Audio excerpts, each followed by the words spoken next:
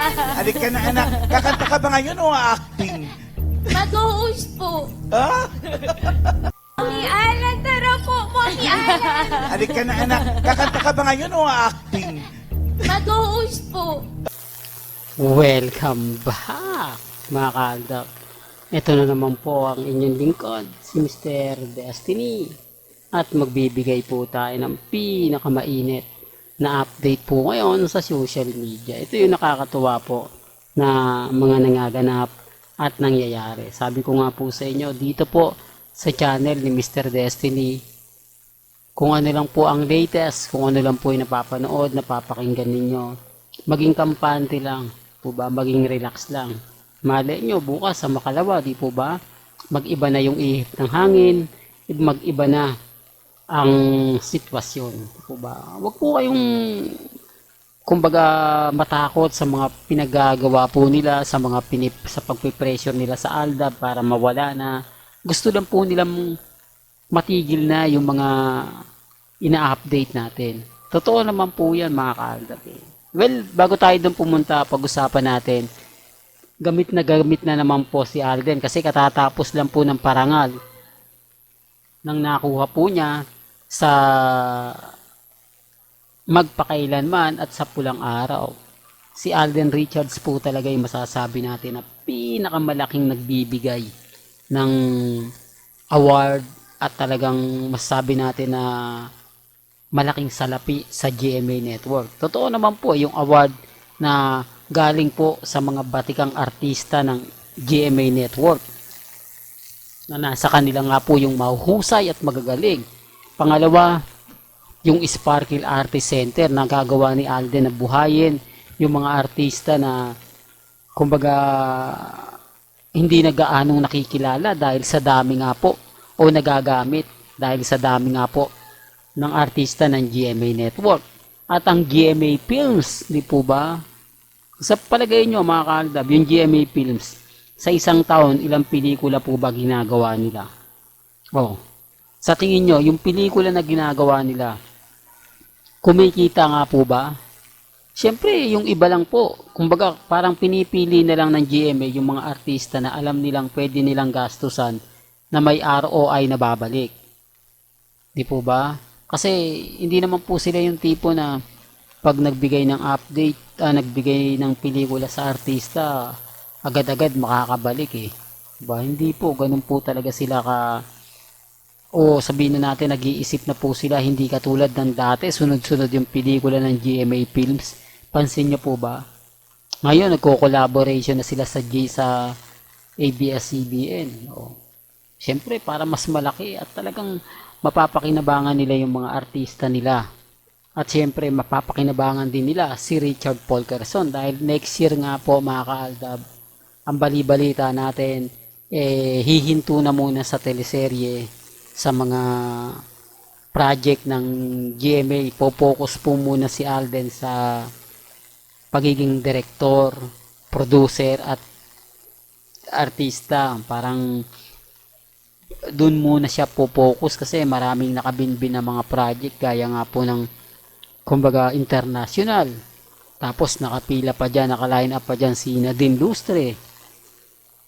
Hindi po ba? Tapos ito pa yung na-stranded na pelikula po nila ni Heaven Paraleo, no? Dapat nga po talaga ngayon na po ito na ipalabas. Dapat nga po tapos na ito. Pero nang dahil nga po sa Hello Love Again, nahinto siya. Kasi kung titignan nyo, tapos na to tapos na yung Hello Love, yung Out of Order, pero nang dahil sa pelikula nila nila Alden at ni Catherine, na itchapwera.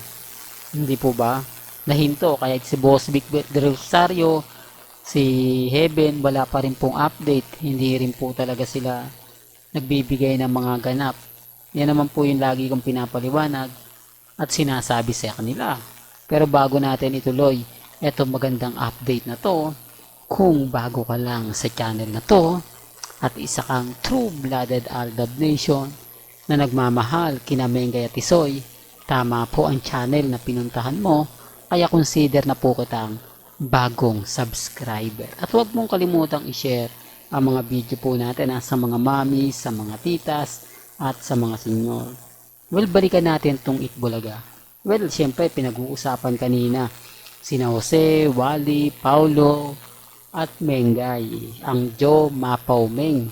Hindi naman po natin mayaalis sa mga nagko-komento na Alden Richards, Carrieserie. Nakatatak na po yan eh.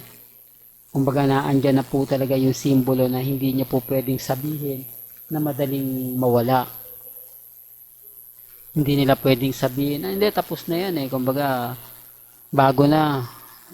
Di po ba? Kasi alam naman po natin at hindi naman po lingid sa kanilang kaalaman na ang Aldab, malakas po talaga. Ang Aldab, talagang andun yung point na kumbaga nakikipaglaban tayo. Hindi tayo sumusuko, nananatili tayong matatag, nananatili tayong kampante. Bagamat maraming mga issue na sinasabi silang ganito, issue na sinasabi silang ganun. Ako nga po mga Kaaldab, hindi ako basta-basta nagpapa-apekto. Never po tayo nagpapatinag. Gusto po talaga kasi nila tuluyan na maglaho ang Aldab. Tuluyan na pong walang magbigay ng update.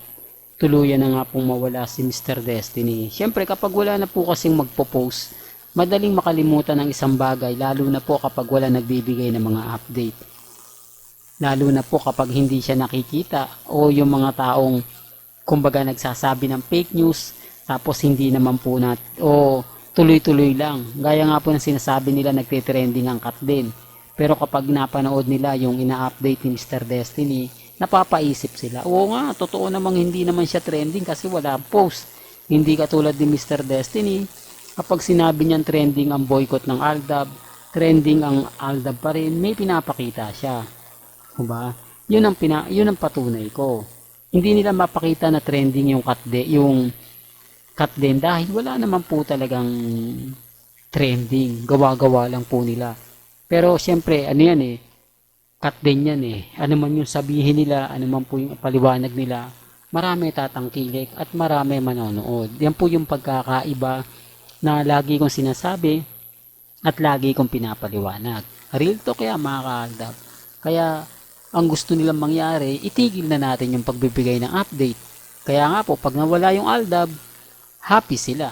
Lalo na po ang mga Armain at mga Alden fanatics. Well, hanggang dito na lang po ang ating latest updates. Kaya kung gusto nyo pa po ng pinaka-latest at sariwang update, abay tumutok lang po kayo dito po sa channel ni Mr. Destiny para updated po kayo sa mga bago at sa mga latest na i-upload po natin maya-maya lang. Hanggang sa muli, salamat po sa panonood at pakikinig.